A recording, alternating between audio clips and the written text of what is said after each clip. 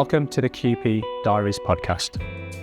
This podcast is all about inspiring and empowering the next generation of QP professionals and future quality assurance leaders in the UK pharmaceutical industry. On every episode, I'll be speaking to QPs from across the industry, and our listeners will have the opportunity to hear their stories, their expertise, and we're going to be discussing topics to foster growth and learning to help you develop your career as a qualified person. If you're passionate about quality assurance and want to learn from some of the very best QPs and thought leaders from across the industry, then this is a podcast for you. I'm your host, Dal, founder of AssureBio, and I hope you enjoyed this episode.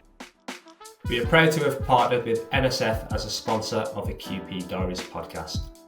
Becoming a qualified person is a significant commitment of time, effort and resources, and the QPs trained by NSF are widely recognised as the very best in the industry, with no other training provider matching their experience or success rate. If you're interested in learning more about NSF's QP training course, you can find the link in the show notes. For now, we hope you enjoy this episode of the QP Diaries podcast. Hi Adam, welcome to the QP Diaries podcast. Hi Dal, thanks very much for having me. I feel very honoured to be invited along. Yeah, no, well, it's great to have you on. I mean, I've been following you on social media, on LinkedIn for a while.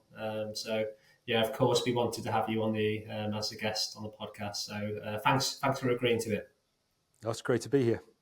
Brilliant. And your journey's probably a little bit different actually to previous QPs that we've had on the podcast, and in particular that you spent the majority of your career working for the NHS. So yeah, I'm really looking forward to having this conversation. But I mean, over to you. Do you want to take us to the very start and share your journey to where you are right now, in a way? Yeah, absolutely. A very long time ago now. So I think I realized I wanted to be a QP probably before I even finished university.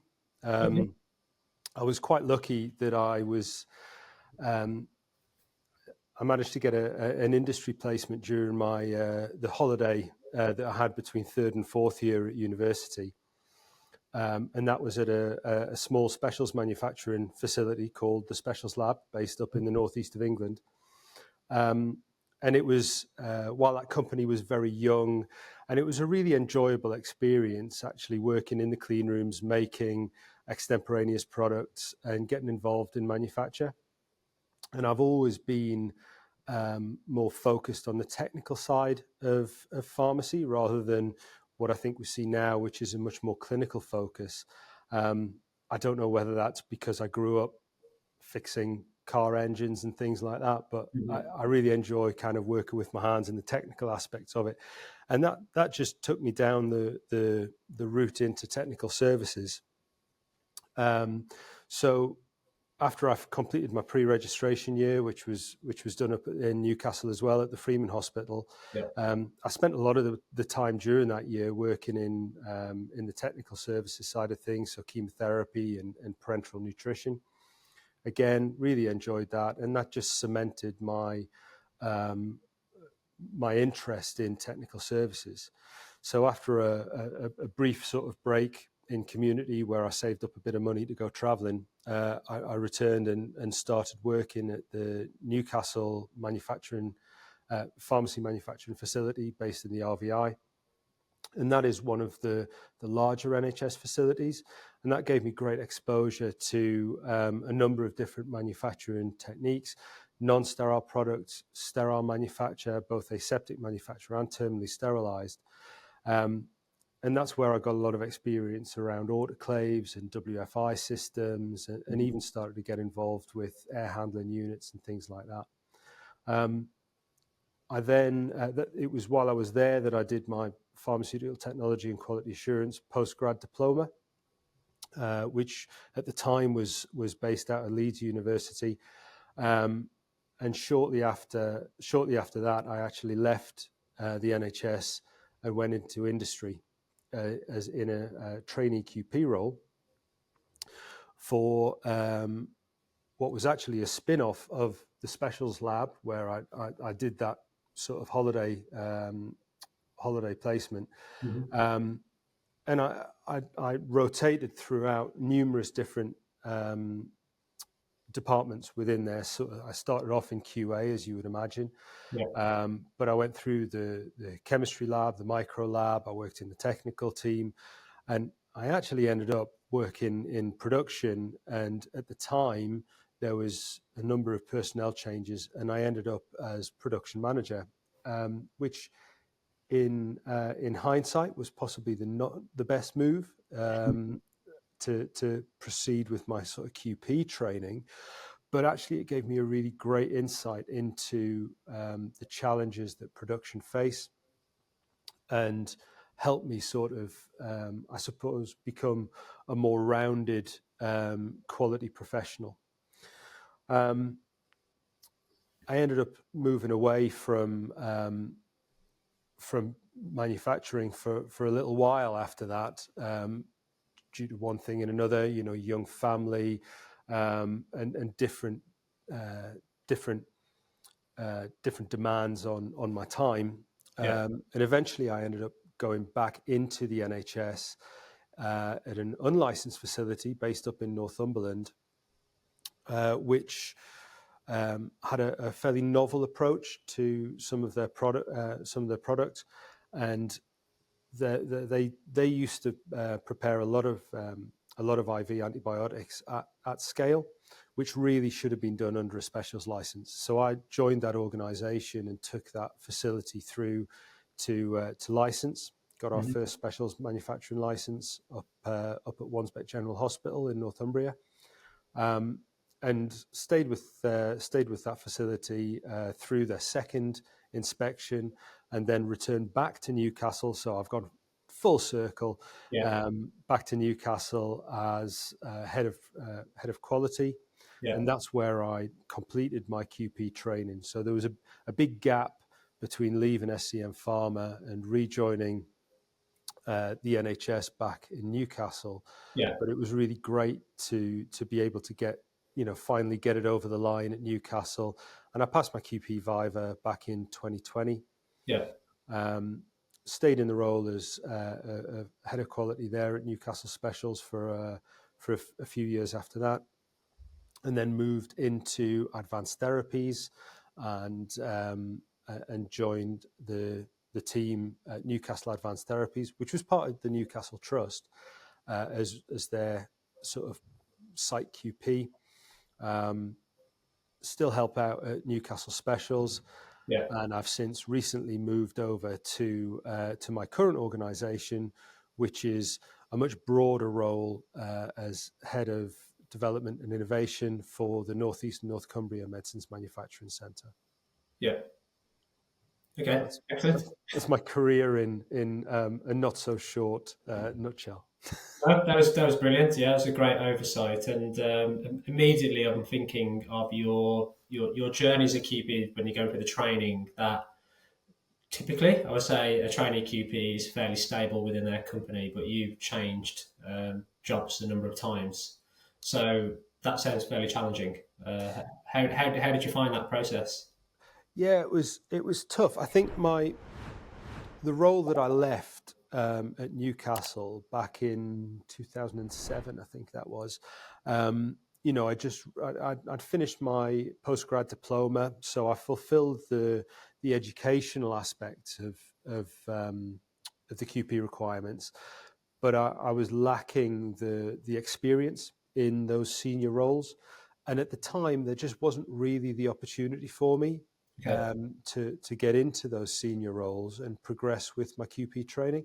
So I saw an opportunity moving to SCM Pharma to really accelerate, or what I thought would be accelerate that training and really get a lot of experience. And it did give me that experience, but working in a small CDMO in the commercial world is very, very different to working in an NHS organisation. So that came with a number of challenges. It taught me an awful lot, though, and I think the experience I got there, even though it maybe didn't speed up my journey to being a QP as I thought it would, it's actually been really valuable for my career. Okay, yeah. So in hindsight, looking back and making that move into industry, as you say, it was fairly valuable. It was that just based on the different people that you were working with, the different expertise that you got to have access to on a daily basis. Yeah, it was. NHS manufacturing facilities are obviously set up quite differently to the way things operate in industry. For example, NHS facilities rarely have, a full technical team whose role is to develop new technologies and new Yeah, products, new processes, and things like that. So, seeing how that worked, but also seeing the commercial aspects and how, as a CDMO, you manage client relationships was really useful and not something that you generally get to see in NHS organisations. So yeah, absolutely, it gave me some really good experience and some great insight. yeah. Okay. And did that help then with the preparation, the application for the Viva on Yeah, I the think Viva? it did. I drew on a lot of the experiences that I had across those different departments within SCM Pharma as part of my QP application. Obviously, that was uh, a lot of my NHS experience Mhm. added to that as well. Okay. And what about the Viva itself? How did you find that experience? I know some people say that they enjoy their Viva. I Not I me. I'm not sure I did. It was a really daunting experience and something that yeah, it was the best bit about it was the end. And getting that news that you, you've reached the bar, and you're going to lose your L plates, I suppose, Mhm. and be let out into the big wide world. It was a daunting experience. The panel that I had, I can't fault them. They were really great. I think for me, because my journey to being a QP, and because I knew I wanted to be a QP for so many years, Yeah. this wasn't a short period of time that I've been sort of trying for this. It meant an awful lot to me, and I'd probably built that up in my own head. But yeah, it was tough. Some of the some of the questions I had, some of the scenarios, especially around supply chain, were quite complex, and Okay. again, not something that working as a QP in the NHS you're normally exposed to. But I Yeah. think that's reflective of the very international nature of modern supply chains in the pharmaceutical industry. So some of that was quite a challenge. Other areas which were kind of my area of expertise, I suppose, sterile manufacture, Annex 1 compliance, those sort of things, I Mhm. felt a little bit more comfortable. Yeah. But yeah, it was a nerve-wracking experience. Yeah. Yeah. It. It sounds like you probably added a lot of pressure knowing that for many, many years you wanted to become a QP. So if that probably built up over time, which you probably unconsciously didn't know. Absolutely. In looking back, it meant an awful lot to me, and I think yeah, it would have been very tough personally to have taken a failure at that stage. But uh, you know, you've got to roll with the punches, I suppose. But Yeah. fortunately, I managed to hold it together sufficiently to get across the Yeah. line. Ah, brilliant. Yeah. Well, I'm sure that was well, it could have been a make or break moment. But I, it's made you the QP you are today. I guess so. Yeah, I like to think I'm resilient enough that I would have gone back for another crack, but maybe it would have taken a little bit of self-reflection and a little bit of time to get to that stage. Yeah. Okay. Excellent. And you mentioned earlier in your introduction that your role has evolved over the years. So it sounds like currently where you are right now, the role is very different from when you started. Yeah, absolutely. So my role at the minute is, as I mentioned, at the Northeastern North Cumbria Medicines Manufacturing Centre, and Mhm. this is a very new way of working for the NHS. We're actually developing one of the largest NHS manufacturing facilities in the country when it's complete. We're currently in the build stage. Yeah. And it's been a really great experience so far to be able to contribute and help deliver what we're going to deliver in the Northeast. So that the facility itself is going to be manufacturing up to 1 million doses a year. Wow, okay. And when you compare that to kind of the usual sort of scale of NHS manufacture, it's absolutely huge. But we've still got a way to go to realise the ambitions of 40 million doses internally manufactured within the NHS for the NHS. Mm-hmm. But this is the first step towards getting that done. Yeah.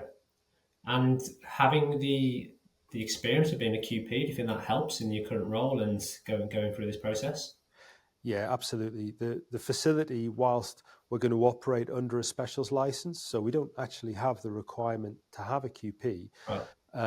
but the fact that we've actually got 2 QPs within the team is really beneficial. Having that depth of knowledge and having the understanding of the regulatory expectations when it comes to qualification of facilities, when it comes to Annex 1 compliance and things like that, and when it comes to quality risk management is really, really important. And, you don't have to be a QP to have that level of experience, but it does help to demonstrate a level of understanding that might not otherwise be there. Yeah. I'm sure gaining the experience from when you were back in industry and those roles which have shifted over time, and the responsibilities that you've had have all sort of come together and combined that, it helps you to where you are right now. And in terms of technology, which, AI is obviously one of those, which is hot on everyone's lips, but now going through this process now, how is technology influencing your decisions and quality assurance practices in general from what you're seeing in the industry? Yeah, I think AI is an interesting one. I personally have a bit of a struggle with how you would deploy a constantly evolving system into a validated environment. Now, I think AI has a place, absolutely. If we look at AI purely as a productivity tool, I think it's really valuable. It can save an awful lot of time and really speed up delivery of certain aspects.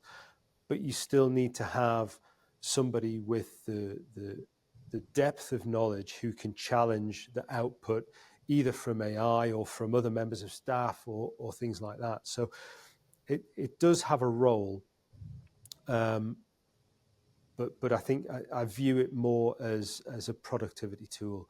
We years and years ago, probably well before your time, everyone was using typewriters, and then we moved to word processors. I see it as an evolution of that process. It's just another tool in our arsenal that can help us speed up delivery of certain aspects. Could AI be used as a decision-making tool? I think that's where I'm really struggling. Mm-hmm.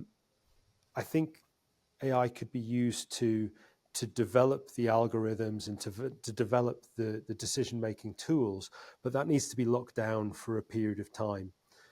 An AI or machine learning could then develop version 2, but you don't deploy that until you've gone through a process of qualification and verification that it's going to do exactly what you expect it to do, much like you would do with any other piece of equipment. But I think there needs to be a stage and gate before we can really deploy AI in these key decision-making areas. Mm-hmm.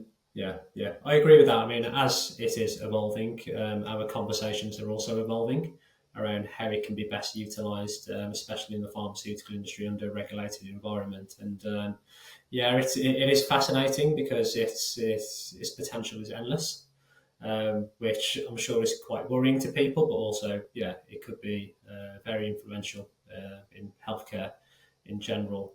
We're taking a moment to share a message from Catherine Kay, who is the Executive Director at our sponsor NSF, where she highlights the benefits of their training programme for trainee QPs. Our trainers for our courses are experts. They're experts from industry, have had many years' experience and bring a wealth of knowledge to our training courses. We also provide Viva preparation sessions for them every month where they can practice answering questions in a group scenario. NSF have a long-standing partnership with the University of Strathclyde, so not only do our courses meet the requirements of the QP study guide, but they're also taught at a master's level. So that means that people can go on to and acquire a postgraduate certificate, diploma or even master's with the University of Strathclyde. Then you can go to our webpage, so nsf.org, and we have a whole page there set to our qualified person training, so you can read more there.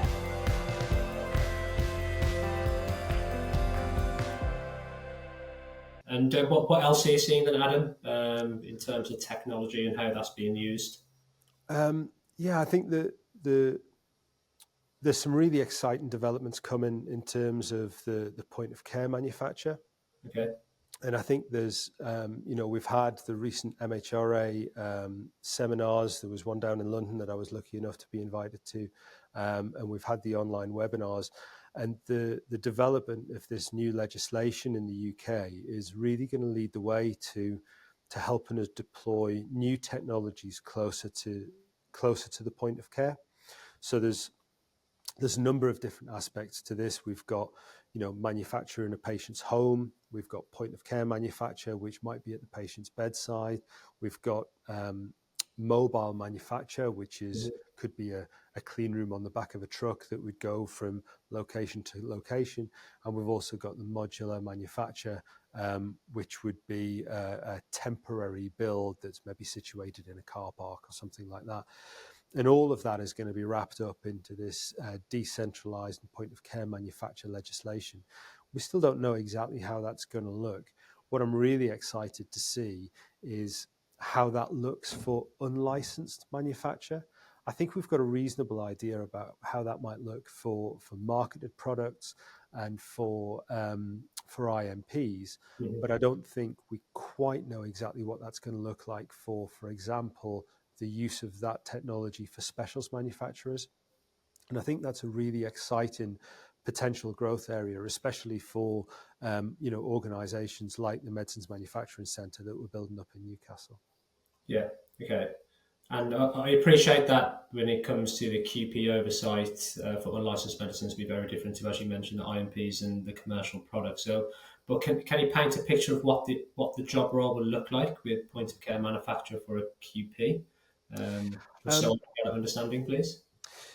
Yeah, so I think if we think about how it might look for IMPs or marketed products, the QP at that reference site is going to have overall responsibility for these field deployed manufacturing facilities.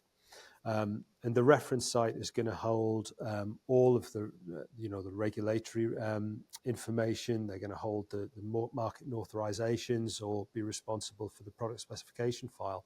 And that QP is going to be responsible for ensuring that is deployed equally throughout all of these decentralized sites. Now, will a QP certify every single batch that's been manufactured? I think given the fact that we're looking at really short shelf life products, some products with a shelf life of a matter of minutes, it's unrealistic to expect a QP to be able to certify every product. But what they are going to be is responsible for the deployment of the quality system of that reference site in each of those decentralized manufacturing facilities. And that would probably look like some periodic site inspections by the QP or the QA team. And it might look like oversight of the training, the qualification of the equipment, and all of those sort of things. But I think if we then think about how that looks for a specials product, there's a potential difference in that there's no regulatory submission between, or potentially no regulatory submission between deployment of these technologies or these processes in the field and their operation.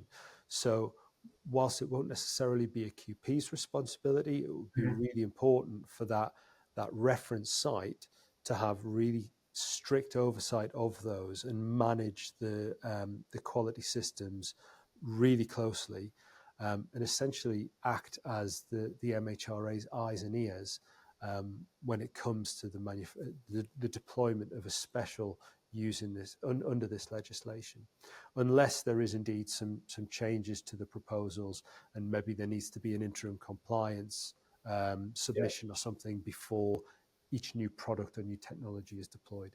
I think we've just got to watch this space. Okay, yeah. So there's still a lot to work out moving forward. Okay, and with the sort of adaptation of technology, and I'm trying to bring you back to the people. It sounds like there's been a lot of upskilling of quality professionals, QPs generally, in order to adapt to the future. Absolutely. I think we're really lucky in the Northeast that we've actually got quite a high concentration of NHS QPs. We had a really good pipeline coming out of Newcastle, and that's been really valuable.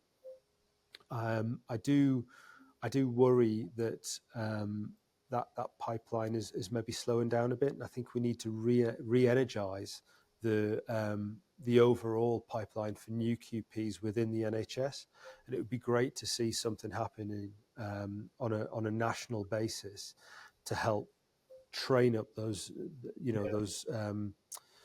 the new talent that's coming through in the pipeline. Yeah. You're very much involved in that, and of course a big part of the project at the Medicines Manufacturing Centre. So, I mean, based on what you just said there, so what excites you the most about what's happening and the investment and the future, where, of course, as you're saying, that there should be more focus on trying to upskill the individuals in the NHS? I mean, the exciting thing that we're doing up in the Northeast is this fantastic new build. So we're using there's a lot of novel things that are being done within the Northeast North Cumbria Medicines Manufacturing Centre. We are utilising an off-site builder, which has allowed us to essentially do a factory acceptance test of our facility before it even arrives at site and is installed.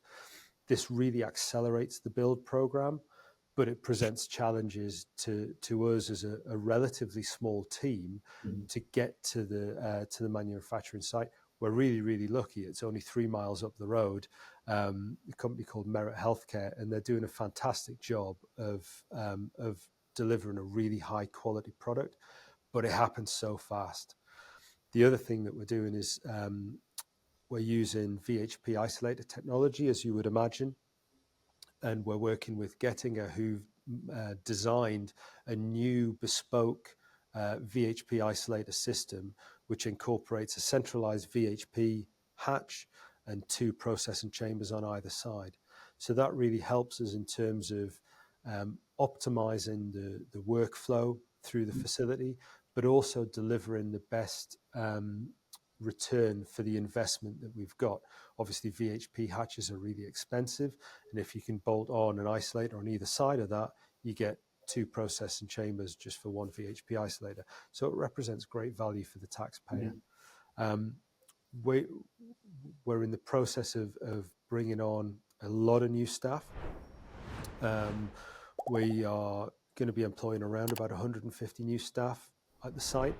And we're also we're not on a traditional NHS estate, so we're not in the dark and dingy basement of a hospital somewhere. We're actually on an ex-Procter & Gamble site based in Seaton Delaval. We've got a huge warehouse. I think it's something like 3,600 square meters, so it's absolutely colossal. Which we're kitting out with this new cutting edge facility. But because we're not landlocked, it allows us the potential to expand in the future. So if there was a desire to really increase output, we can expand that facility into adjacent warehouse bays, because currently it's just a warehouse at the minute, so we can move that storage. So what we're doing here is really designing the new blueprint for what NHS manufacturing might look like. And by centralizing that, again, we're really driving efficiency for the NHS and helping to support that fragile supply chain for really important product lines like chemotherapy and IV antibiotics. Yeah, no, it sounds brilliant. I mean, yeah, it must be fascinating to be a part of such a project, and also very rewarding at the same time, considering the impact it will have on the patients and the population of the UK. It absolutely is. I as a QP, we're obviously quite lucky that there's no shortage of jobs around, and you've essentially got quite a lot of choice in terms of where you decide to work. And the NHS,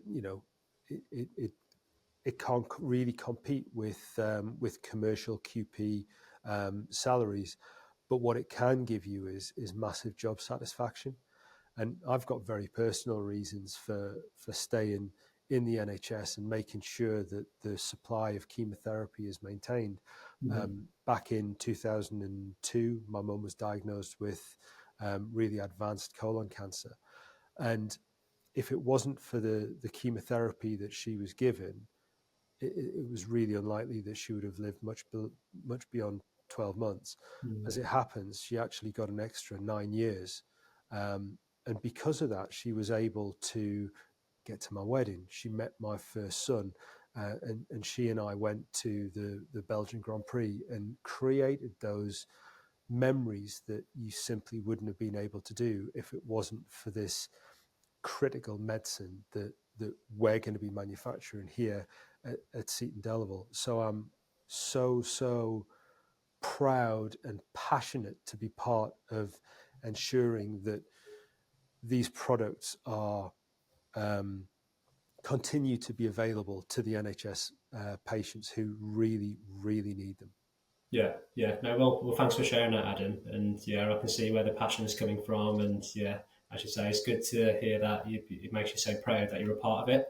And yeah, it's good to take a step back sometimes to think about the bigger picture and the impact it has on families, people's lives, and the extension of lives as well, as you touched upon there. So thanks for sharing that. And I suppose bringing it back to that QP and that desire to be a QP. But I mean, what's the best piece of advice that you've ever received during your career to get you to where you are right now? I think the thing I always come back to is it's the granny test. Whenever you've got a difficult decision to make, and as a QP, when it's black and white, when it's black or white, it's really easy. If it doesn't comply with the market authorization or the spec in the IMPD, you've got there's not an awful lot you can do. The decision's almost made for you. Where we really add value is the grey area, and wherever you've got some of those difficult decisions, I always try and put myself in the position of the patient. If it was me, if it was my gran, if it was my kids, what's the right thing to do for them? And being an advocate for those patients is absolutely key, and putting yourself, or trying to put yourself, in their position and ensure that you do everything you can to protect them from any potential harm, whether that's not releasing a product that you feel is not suitable, or releasing a product that you feel would give them benefit. It's in that grey area that we really add value, and that's what I always come back to: what's right for the patient. Yeah, and I suppose it brings it back to the core of the project that you're working on with MFC as well. So yeah, what is the right decision to make for the patients at heart? So okay, all right, brilliant. No, thanks for sharing that, Adam. And that's all my questions regarding your QP career. I just want to end it on that. I believe you've got a YouTube channel. So we met at Making Pharma, and I saw yourself and Kyle with a video camera and microphone. So can you tell us a little bit more about that, please? Yeah. So this is it's a bit of a prep project for myself and Kyle Wynn, who's the head of production here at the Medicines Manufacturing Centre as well. And it's something that we started out back in November last year. And really, it's all about just giving back to the community. Working at the MMC, as I mentioned, we're going to need 150 members of staff, And some of those will be people who might not ever have worked in a GMP environment. Yeah. And we felt there was a bit of a lack of information for people who wanted to understand, what is GMP, especially if they're going to be coming for job interviews. How do they find out about what GMP is all about? So we started the YouTube channel Help Me GMP, purely to provide some information, and a lot of it is geared at kind of that real entry level, the fundamentals of what is a change control, what is a deviation. But we've built up, we're almost up to 100 videos now, and we've just built up this library of resource that's available to anyone who wants to use it. We were approached by somebody who asked, how can I use this in training videos? The answer is really easy. Just use it. It's free. It's available. We're never going to put it behind a paywall or anything like that. We're really keen to give back to the industry that served myself and Kyle so well over the years. And, we are really passionate about it. And to be honest, doing that video editing, especially at Making Pharmaceuticals, wandering around doing some of those kind of ad hoc interviews, it was really good fun. And getting to meet people and just chat around what's happening in the industry, what's happening in the space. It was really enjoyable. So yeah, it's a bit of a passion project, and it's a bit of fun. And we do try and get at least one video out a week. If we don't make that one a week, apologies. We do have, our day jobs as well. But we do try and do these sort of things just to give back. And I'll be working on one tonight as it happens. Okay. Yeah. Well, I think it's a fantastic initiative. As you know myself, I'm very much about giving as much value back as possible, and utilize these platforms like YouTube and podcasting to make sure that we share the knowledge, and ultimately it's going to benefit someone. So as you say, if someone's saying, what should I do? Just go and watch it. So Absolutely. Like and subscribe. That's what it's all about. That's it. Like and subscribe. So so if you're okay, I will share a link to your YouTube channel once this podcast goes out on LinkedIn. So everyone then has a visibility and maybe boost your followings. That'd be brilliant. Thanks so much. Brilliant, Adam. Yeah, well, that's it for today. So thank you so much for being a brilliant guest on the QP Diaries podcast. I hope you enjoyed the conversation, and I'm sure our listeners will have great insights to listen to this back and finding out a little bit more about your career journey. So thank you. That's great. Thanks, Dal. Appreciate it. Speak soon. Bye-bye. Bye-bye. A huge thank you to our special guest and to our listeners for tuning into the QP Diaries podcast. We hope you've enjoyed the show. As the founder of AssureBio, we created the podcast to support our wider quality assurance community, which aligns to our dedicated offering as a recruitment agency to the pharmaceutical and biotechnology industry across the UK. We have over 10 years of experience exclusively focused on recruiting senior quality assurance leaders and QPs. If you want to learn more about AssureBio's recruitment services, or if you would like to be a guest on the podcast, then please don't hesitate to contact me. Thank you.